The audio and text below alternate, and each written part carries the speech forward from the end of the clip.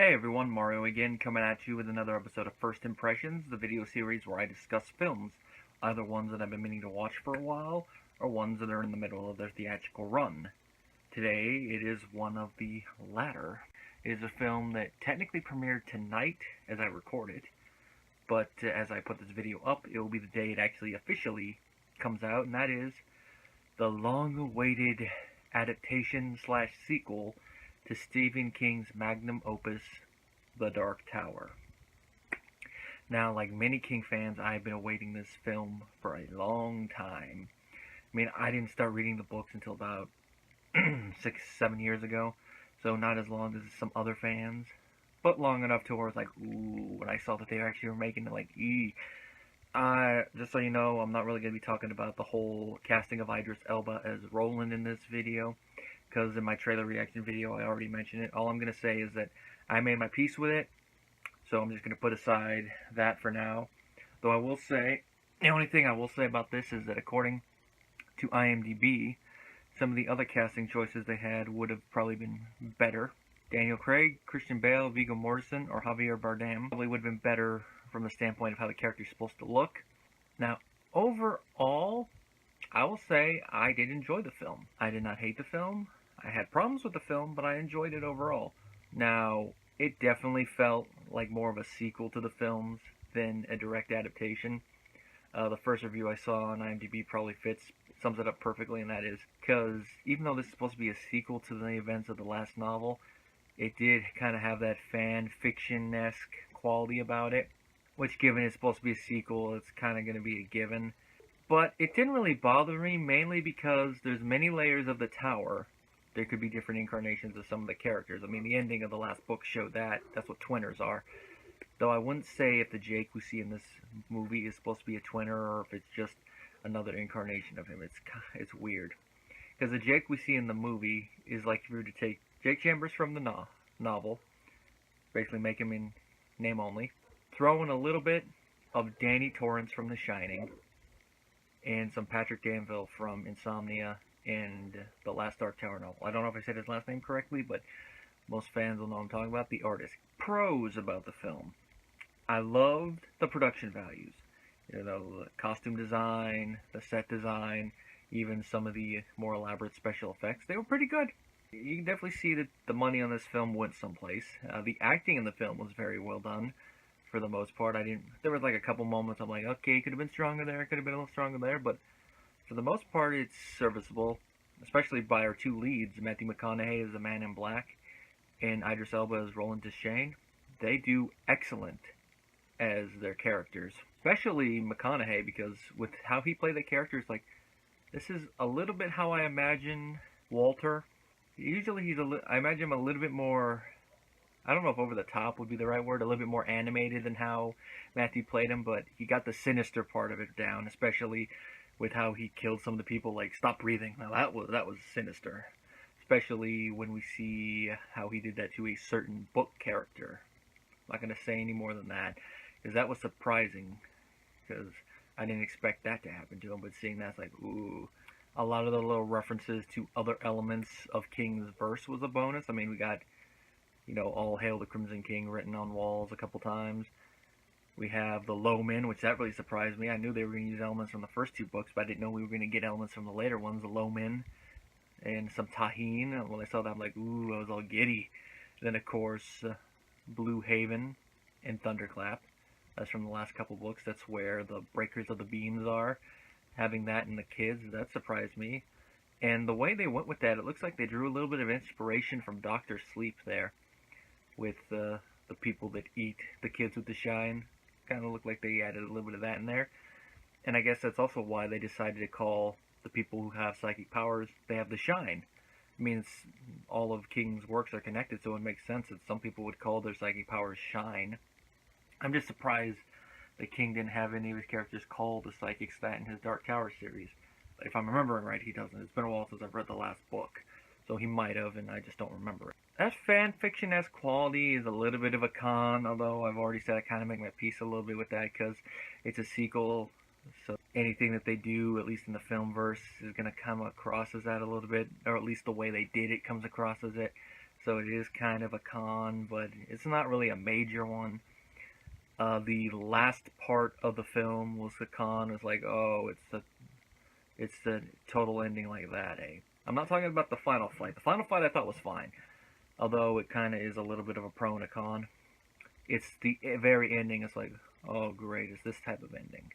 I'm not gonna spoil it. For those of you who've seen the film, you know what I'm talking about. It goes more in the con category because, like, really, that's how you're gonna end the Dark Tower film, with an ending like that? Really? All right, they go on more adventures, but what they accomplished in this film is like, what can they really have to worry about now? The only person they have to worry about now is the Crimson King. And if this film does do well enough to warrant a sequel, in addition to the TV series, how are they going to put the Crimson King in? Those of you who've seen the film already know what I'm talking about. Another con is one thing they did with the character of Roland, and that is that he says he used to be a gunslinger, which I can sort of see why they would go with that, and that, as Walter put it, everyone that journeys with you dies. And it kind of makes a very, very vague hint that Roland might, by this point, know that he's in the cycle of repeat, rinse, repeat with his Dark Tower journey, so maybe that's why he's like this, that he now knows and gone no longer is erasing it. That's just my own little, to use the phrase I really hate using, that's my headcanon on it. That's the only way I could think of that it would make sense for Roland to be like that, but just the way he is towards the quest and all that, and all he wants is to kill the Man in Black. Now, killing the Man in Black makes sense, because he even says in the first book to Walter when they're palavering, you need killing, but he wanted answers from him. So the only way I could see Roland doing this is if he has become self-aware of his little dilemma, in a way. I mean, he has the Horn of Eld, so it's already after the end.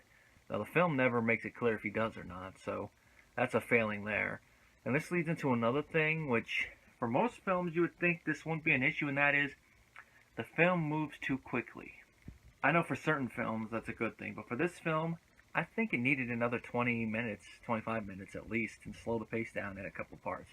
To let the film breathe a little bit, and also put in some more exposition, like what I just said. You could have had a scene, maybe like 4 minutes of exposition there. Maybe slow a couple scenes down a little bit. I thought the pace was fine. The fast pace, I think, worked for the first part of the film before Jake goes into Midworld, but after that, there was a couple parts where you probably could have let the film breathe a little bit. Now, the climax scene where Roland is fighting and actually shooting, having a quick pace there, that was fine. But it's like certain parts of the story element, you could have slowed it down just a little bit. And I was thinking that part of this might be from Sony interfering and reshooting certain scenes that cost us $6 million. But if what I read on IMDb is correct, part of this was to add more exposition to Roland's backstory. So that makes me wonder, was there less about how Roland was in the original cut of the film? Or did they change the things, and the stuff they switched in made it a little bit more vague? I don't know if it's a question we'll get an answer to. Hopefully when the film comes out on video, which, by the way, I do enjoy this film enough that I'm going to say now that I will get it on video when it comes out, give it another watch. Maybe it might be a more talks fodder one day down the road. But it just had me shaking not shaking my head, scratching my head. Like, what? What is up with this? And of course, while I was watching the film, I was also thinking, yeah, the adaptation would have done better with their original plan, but so many people spent so much time trying to make this series / film before it got here. J.J. Abrams was attached at one point, Ron Howard another point, and then it just went through different studios, and now it ends up at Sony. It definitely, if they don't make another film off of this, and it just ends up in a failed pile, I'd say probably wait another 5 to 10 years and then try to reboot it as a TV show. You could do a Game of Thrones style TV show with the Dark Tower and it would work. You just need the right amount of budget, and you'd have to write it well enough. Because while I've been rereading the series, currently on book 4, I've actually been thinking about how I would pace out each book as a different season. Like the first book, probably could tell in 8 episodes. Second one, maybe 8 to 10, depending how you pace it out. Third book, you'd probably need at least 10 to 15, depending. And then you could probably do the whole Blame the Mono thing as a special long episode, like a TV movie. And then go from there, and then do the whole rest of book 4 as its own season.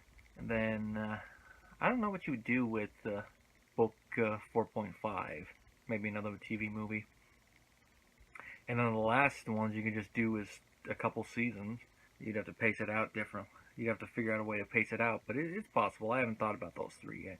One thing that kind of had me scratching my head a little bit is why does the clothing design of the people who are living in Midworld, not counting Roland, because his does kind of have that post-apocalyptic cowboy feel, but everyone else, it seems more like some of them are dressed in slightly olden-timey costumes, where other ones seem more modern-esque. Are they going for a kind of a post-apocalyptic Western vibe with everyone?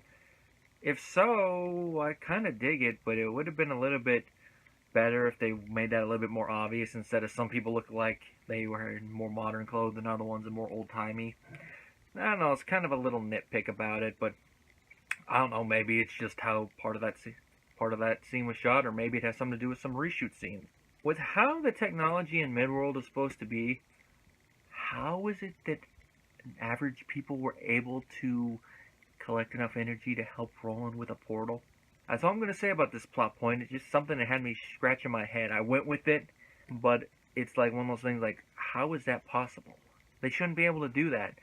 I mean, maybe this is because I'm also reading the fourth book, and this is from years before something like this would happen, so you think technology would have broken down even further since the world moved on, but it's like, how do they have it when the people in Megis did not have the ability to repair not refineries, but oil drillers? This has me scratching my head. Though it's kind of balanced out by the fact that they got the whole gunslinger greeting random people thing mostly correct. You know, long days and pleasant nights and all that. They got that mostly correct, so that was fun. So kind of, it's one of those little scale things, like starts to go down one and the other thing raises it down a little bit more. Now, one thing, oh yeah.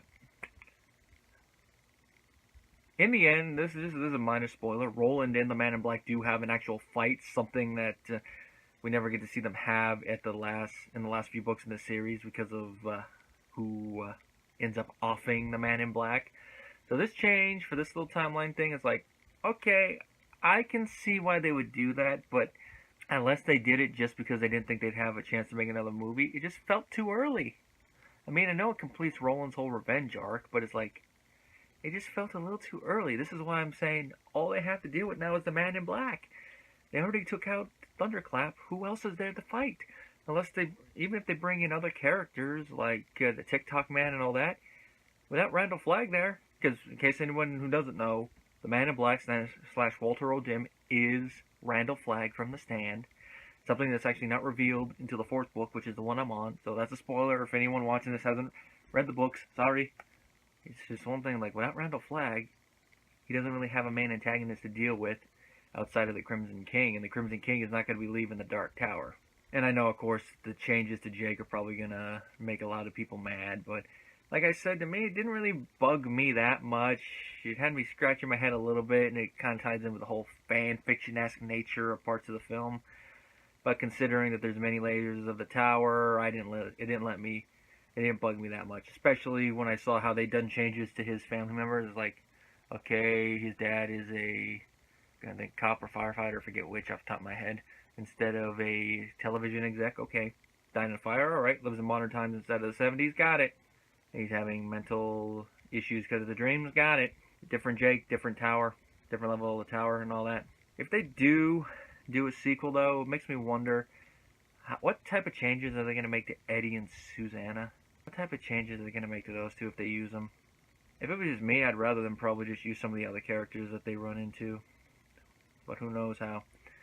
Or at least just bring in Oi. I mean, they did do a little vague reference to Oi at one point in the film, which I thought was funny. And then there is some funny fish out of water humor in this movie, I will say that. Mainly from Roland when he's looking at the real world. Like, there's that one line, you got bullets, then the whole talking animal thing, some other things like cold hot dogs, savages.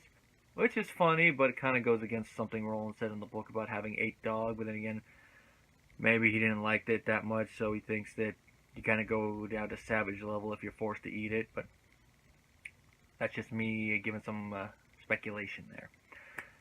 I don't know nothing really else to say about the film. I mean, I thought it was decent. If I were to give it a rating, it would probably be a 3 out of 5 stars, because I like the film more than the nitpicks on it. And like I said, it had good production values. I like the acting.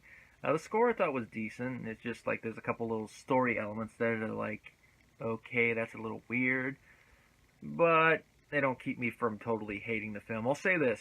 It's definitely truer to its source material than, say, the Aragon adaptation was. I mean, that one I like as a time waster, and it's a guilty pleasure of mine, but this one, since it went with the whole sequel angle instead of direct adaptation angle, and plus the whole nature of the Dark Tower series, it kind of has a little bit of a loophole, whereas Aragon, no excuse other than trying to rush the story through.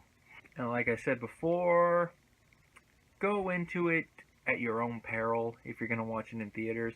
If not, it's definitely a film you can wait for the red box.